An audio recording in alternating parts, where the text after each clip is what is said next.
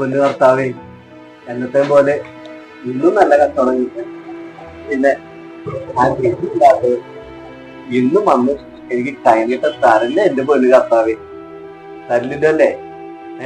Okay.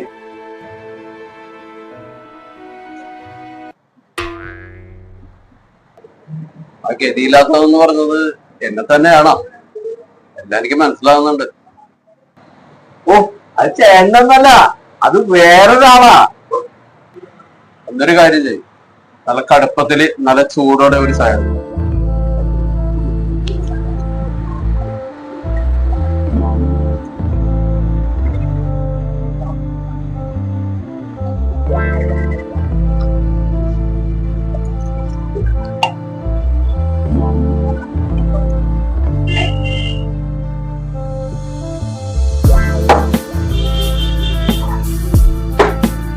കഴിക്കാനൊന്നും എടുക്കണ്ടേ? കഴിക്കാനൊന്നും വേണ്ട. കഴിഞ്ഞ പ്രാവശ്യം ഒരു സോമാരി ചിക്കൻ ഫ്രൈ എന്നും പറഞ്ഞ് മേടിച്ചിട്ട് വീട്ടിൽ കൊണ്ട് അഴിച്ചു വയ്ക്കപ്പോ അത് എല്ലാം മാത്രം ഉണ്ടായിരുന്നു. അതെ ചേട്ടാ, സോമാലിയില് കടുത്ത ദാരിദ്ര്യ. അവിടെ മനുഷ്യന് തിന്നാൻ കിട്ടാറില്ല, പിന്നെയാണ് കോഴിക്ക് പറഞ്ഞത്. എന്തായാലും ചേട്ടൻ്റെ ഒരു സാധനം വേണ്ട. കച്ചവടമൊക്കെ ഭയങ്കര കുറവാ, ആരും ഇങ്ങോട്ട് കാണാനില്ല. എന്താ ചെയ്യ? ചേട്ടാ ചേട്ടാ,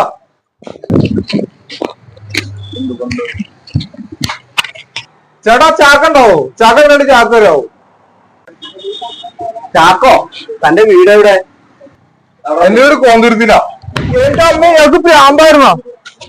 അവനെ ചാക്ക് ഒഴിച്ചു വന്നല്ലോ.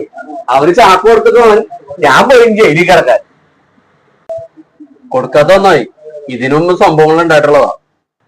കടിയൊന്നും ഉണ്ടാക്കി വെക്കിയത് നന്നായി. ഒരു മനുഷ്യനെ ഇവിടെ കാണാനില്ല. അല്ല, ആരും ഇവിടെ വരുന്നുണ്ടല്ലോ.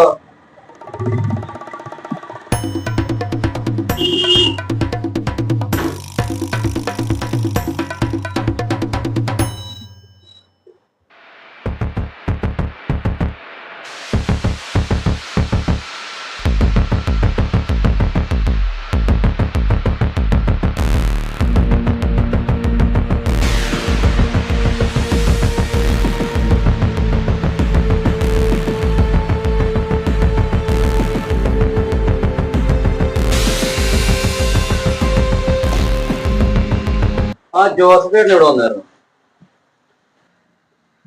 ഇല്ലല്ലോ, ഒന്നും വന്നില്ല. എന്താ കാര്യം? അതെ, ഒരു കൊട്ടേഷന്റെ കാര്യം സംസാരിക്കാൻ വേണ്ടി വന്നതാണ്.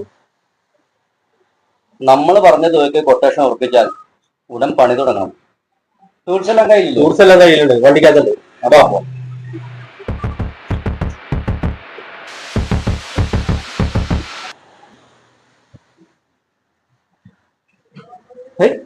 ഇതിനിടയ്ക്ക് ചേട്ടനോടെ പോയി.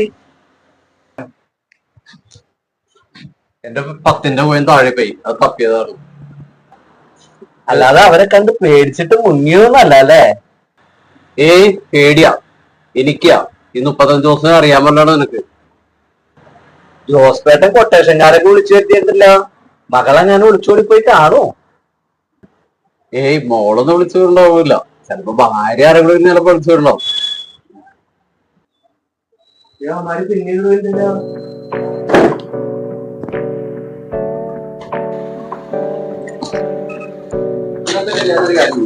രണ്ട് ചായ.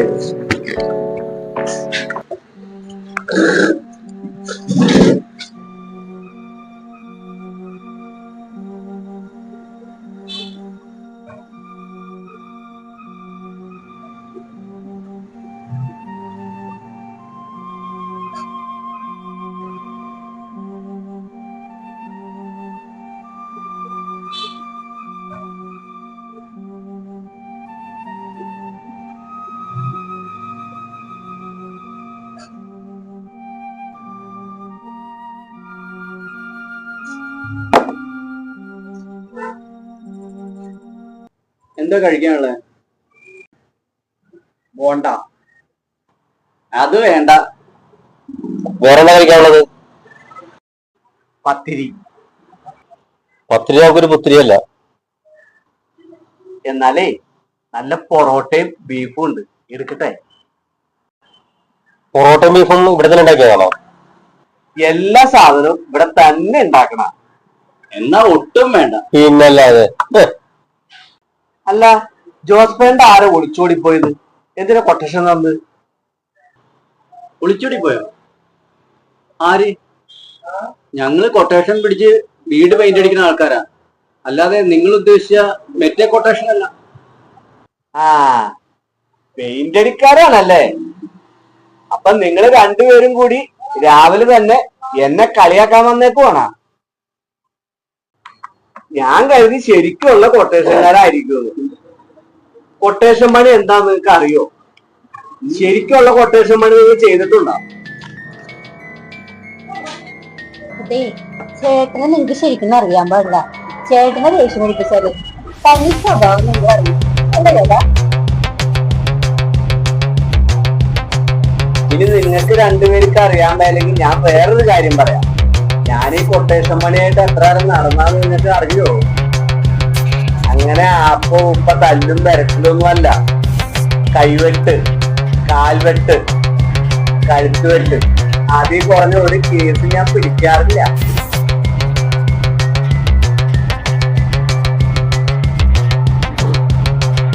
പത്ത് 100 പേരുടെ കൈ വെട്ടിയിട്ടുണ്ട്, 10-200 പേരുടെ കാല് വെട്ടിയിട്ടുണ്ട്, 10-400 പേരുടെ കഴുത്ത് വെട്ടിയിട്ടുണ്ട്.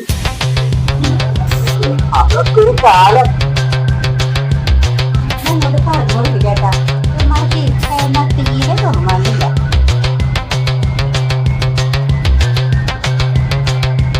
ഇനി നിങ്ങൾക്ക് വേറൊരു സംഭവം അറിയോ?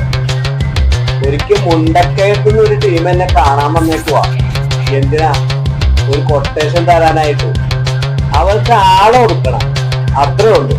ഞാൻ പറയുന്നതാണ് തുക. അങ്ങനെ ഞാൻ ആ കൊട്ടേഷൻ പിടിച്ച് നേരെ മുണ്ടക്കയത്ത് തന്നു. നോക്കുമ്പോ എന്താ, ആളൊരു 1.5 സൈസ്. 10 മിനിറ്റിനുള്ളിൽ ഞാൻ ആളെ മലർത്തി അടിച്ചു. എന്നിട്ട് ആ കഴുത്തുകട് വെട്ടിയെടുത്തിട്ട് ഒരു സ്റ്റൂളയിലേക്ക് വെച്ചിട്ടേ ആ ചോര കൊണ്ട് ഞാനൊരു കൂപി വരച്ചു. നേരം വെളുക്കുന്നത് വരെ ഞാൻ അവിടെ നിന്ന് വെല്ലുവിളിച്ചു. ഒരാള് പോലും എന്നോട് ചോദിക്കാൻ വന്നിട്ടില്ല. ഒരാള് പോലും പോലീസ് സ്റ്റേഷനിലും പോയി. അന്ന് ആരെങ്കിലും ഒരാള് പോലീസിന് പരാതിപ്പെട്ടിരുന്നെങ്കിൽ ഞാൻ സുന്ദരമായിട്ട് ജയിലിൽ കിടന്ന് ചിക്കൻ, മട്ടൻ, ബീഫ്, മീൻ, ബിരിയാണി, സമൃദ്ധമായ ഭക്ഷണം കഴിച്ച് ഡെയിലി 600 രൂപ വേതനം മേടിച്ച് നല്ലൊരു തുകയായിട്ട് പോരാൻ ചോര കണ്ട റബ്ബ് മാറിയനാ ഞാൻ.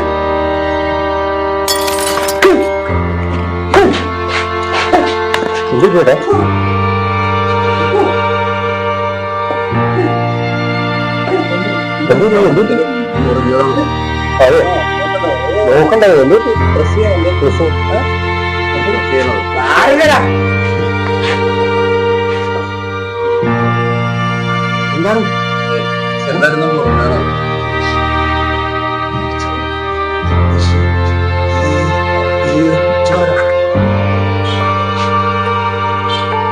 എന്താണ്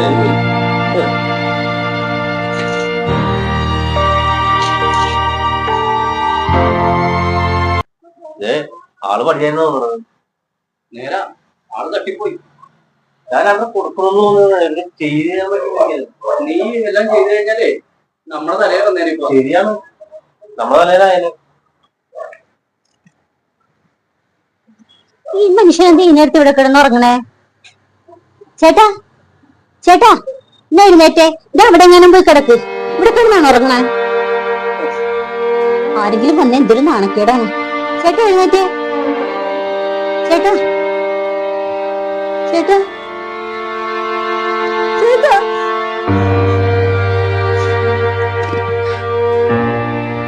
ചേട്ടാ എഴുന്നേറ്റ് ചേട്ടാ. ദൈവമേ, ചേട്ടാ എന്താ ചേട്ടാ? ദൈവമേ ചേട്ടാ, ദൈവമേ കർത്താവേ, എന്റെ ചേട്ടാ കൊട്ടേഷക്കാരി വന്നോ? ചേട്ടാ എഴുന്നേറ്റ് ചേട്ടാ.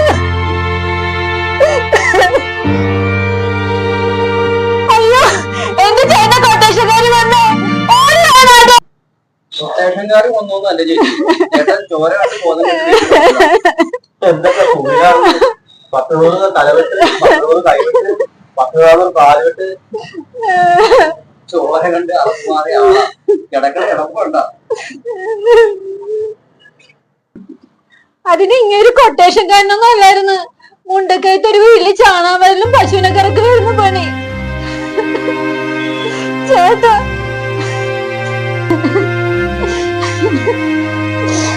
ചേട്ടാ എന്നാലും ഇത്രയൊക്കെ നിർദ്ദേശിച്ച് പോയല്ലോ ചേട്ടാ. ഇനി ഒരു കൊല്ലം കഴിയാതെ എനിക്ക് ഇനി കല്യാണം പോലും കഴിക്കാൻ പറ്റില്ലല്ലോ ചേട്ടാ. അതുവരെ എനിക്ക് ആരുണ്ട് ചേട്ടാ?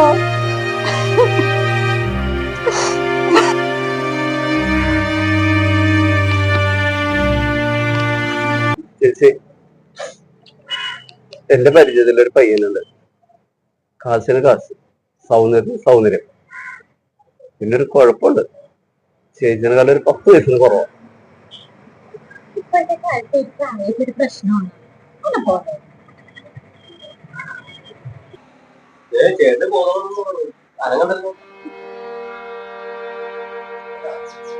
ഇനി ആ കല്യാണം നടക്കില്ലല്ലോ ചേച്ചി. ചേട്ടൻ മരിച്ചിട്ടില്ലല്ലോ.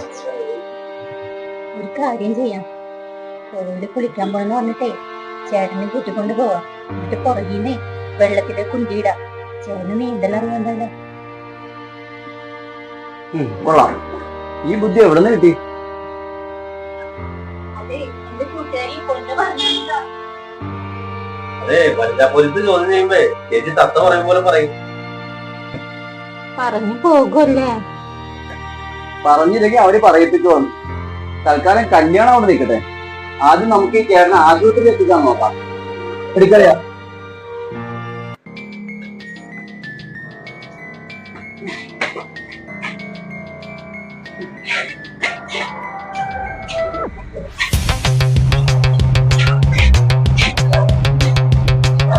നോക്കി നോക്കി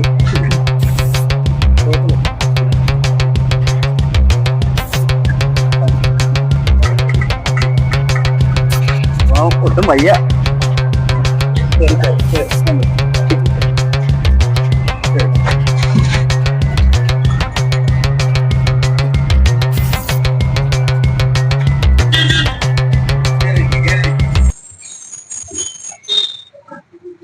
ചേച്ചി കുറച്ചുകൂടെ നീങ്ങിയിരിക്കും. ചേച്ചി വീകാതെ ഞാൻ പിടിച്ചോളാം.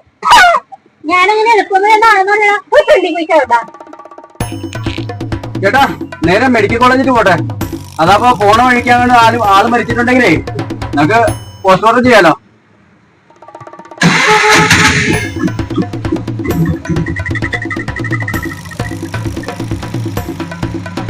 മാറ്റി